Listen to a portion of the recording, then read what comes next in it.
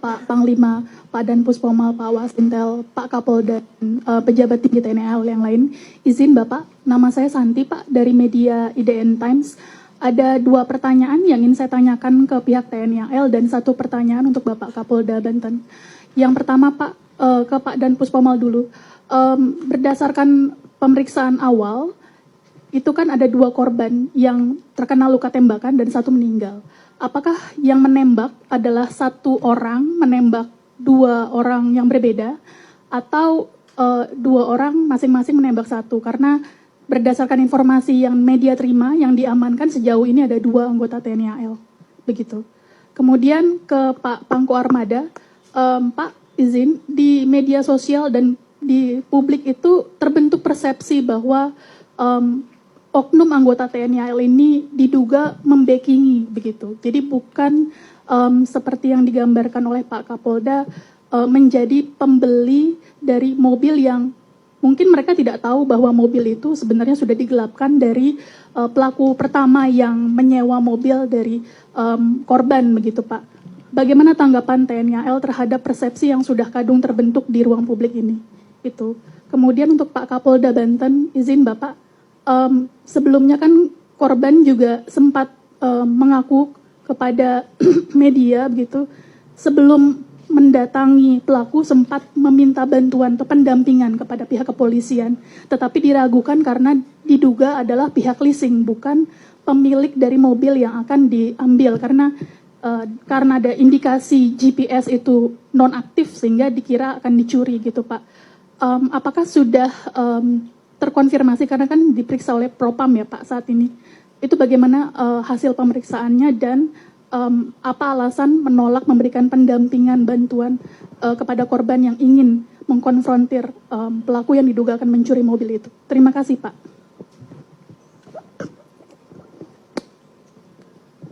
Ini kita jawab 1 persatu dulu atau gimana? Ya, kita jawab 1 persatu aja dulu ya. Mungkin tadi yang pertanyaan ke Puspomal dulu.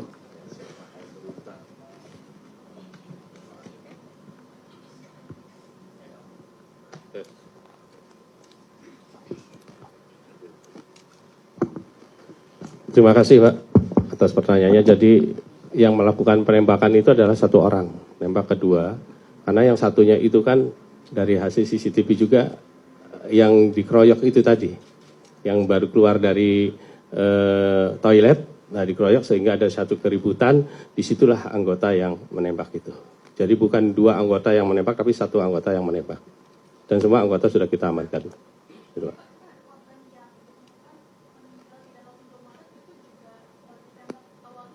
Iya, betul, awalnya di lokasi itu, kemudian diamankan ke Indomaret itu dari hasil CCTV itu.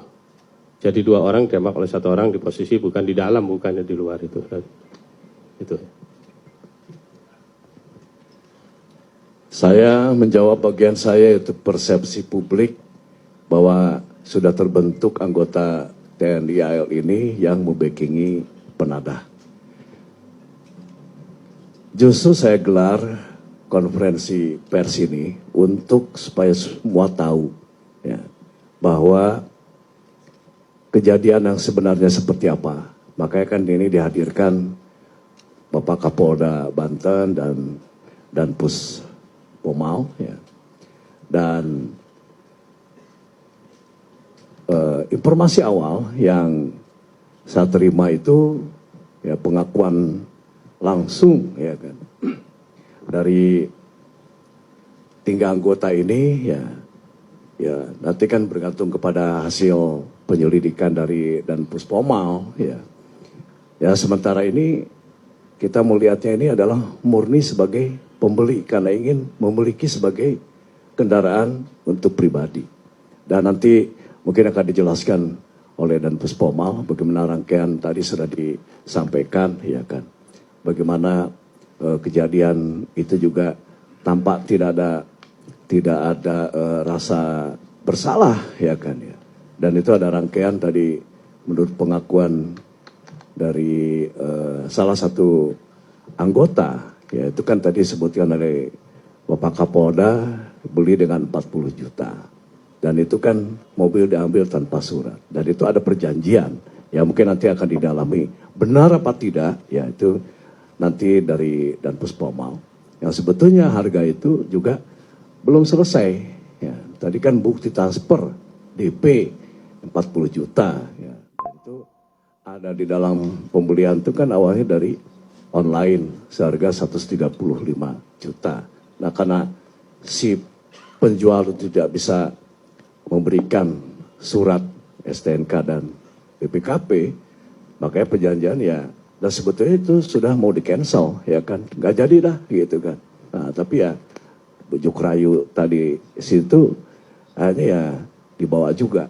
Nah mungkin ini bisa salah satu yang bisa dikembangkan ya kan, karena kami mendapat laporan kan tidak hanya sekedar ini pangkalnya apa sih masalahnya itu kan, pasti saya sebagai atasan ya kan, mereka juga ingin mendalami ya, supaya saya bisa melihat ke dalam ini prajurit ini melakukan apa ya, dan tentu kita tidak punya kewenangan untuk melaksanakan penyidikan ya, dan tanpa ada kerjasama ini tentu tidak akan bisa dapat diselesaikan di pengadilan nanti. Terjawab ya? Ya, masih. Baik, terima kasih. Kami akan menyampaikan terkait dengan apa yang ditanyakan, bahwa memang betul ada peristiwa saudara Agam ya, bersama saudara Samsul dan 3 orang lainnya, jadi berlima, sebelum kejadian penembakan di TKP kilometer 45 itu sempat datang ke Polsek Cinangka ya, Polres Cilegon. Nah, datang sekitar pukul 02.30 waktu Indonesia bagian Barat. Kemudian diterima oleh anggota piket yaitu Brigadir Dery Andriani dan Bribka Dedi Irwanto ya. Nah, terjadi komunikasi di sana ya, bahwa saudara Agam menyampaikan bahwa mobil rentalnya itu dibawa oleh penyewa ya, yang dibawa ke arah Saketi Pandeglang. Ya. Nah kemudian disampaikan juga bahwa GPS-nya tinggal 1 yang aktif, yang 2 sudah tidak aktif. Jadi diduga sudah ada upaya untuk melakukan penggelapan, gitu kan? Nah, anggota kami, saudara Bribka Dery, ini dilaporkan karena adanya dugaan penggelapan rental, ya, dan situ ada sedikit diskusi antara rental dan leasing. Nah, dilaporkanlah ke Kapolseknya untuk meminta petunjuk. Nah, pada saat melaporkan kepada Kapolseknya, Bribka Dery ini tidak utuh melaporkannya. Ya, seharusnya ini adalah terkait dengan rental, penyewaan kendaraan yang diduga akan digelapkan, tapi dilaporkannya leasing kepada Kapolseknya. Sehingga Kapolsek ini menyampaikan kalau memang leasing harus ada surat dari leasing dan sebagainya, diminta dokumen. Nah, dokumen ini pun sudah disampaikan sebenarnya oleh saudara Agam, baik itu BPKB, STNK, dan kunci cadangan. Jadi seharusnya memang anggota kita itu melakukan pendampingan. Tapi tidak dilakukan pendampingan karena anggota merasa kekuatannya sedikit. Jadi tidak berimbang sehingga tidak melakukan pendampingan. Padahal seharusnya anggota kita bisa melakukan permintaan tambahan, dukungan ke Polres misalnya, ya, atau anggota reserse di Polsek itu sendiri. Tapi itu tidak dilakukan. Ya. Nah, sehingga dari hasil penyidikan Propam Polda Banten, ya, telah ditemukan adanya pelanggaran ya, terhadap ketidakprofesionalan terhadap anggota saudara Dery ya, Andriani, ya, karena tidak respon terhadap laporan masyarakat yang seharusnya melakukan pendampingan untuk mengamankan kendaraan Honda Brio yang diduga akan digelapkan ini, karena sudah ada dugaan penonaktifan GPS sebanyak 2 buah, tinggal 1, berarti ini sudah ada dugaan. Seharusnya dia sebagai anggota Polri dia melakukan pendampingan, ya, tapi tidak dilakukan sehingga dalam pemeriksaan penyidik dari Propam, ini adalah dugaan pelanggaran dan tentunya akan kita tindak tegas ya anggota ini ya, baik secara etika, ya, yang sanksinya dapat kita demosi, bahkan yang terberat adalah bisa di PTDH. Begitu juga Kapolsek, ya, sebagai pimpinan di Polsek tersebut, ya, dia tidak melakukan pengawasan dan pengendalian dengan baik, ya, tentunya ini juga akan kita kenakan sanksi, ya, baik demosi maupun juga yang terberat adalah PTDH. Dan juga anggota lain yang ada di situ, yaitu Brigade Dedi Irwanto yang juga mendampingi saudara Dery Andriani, juga akan kita kenakan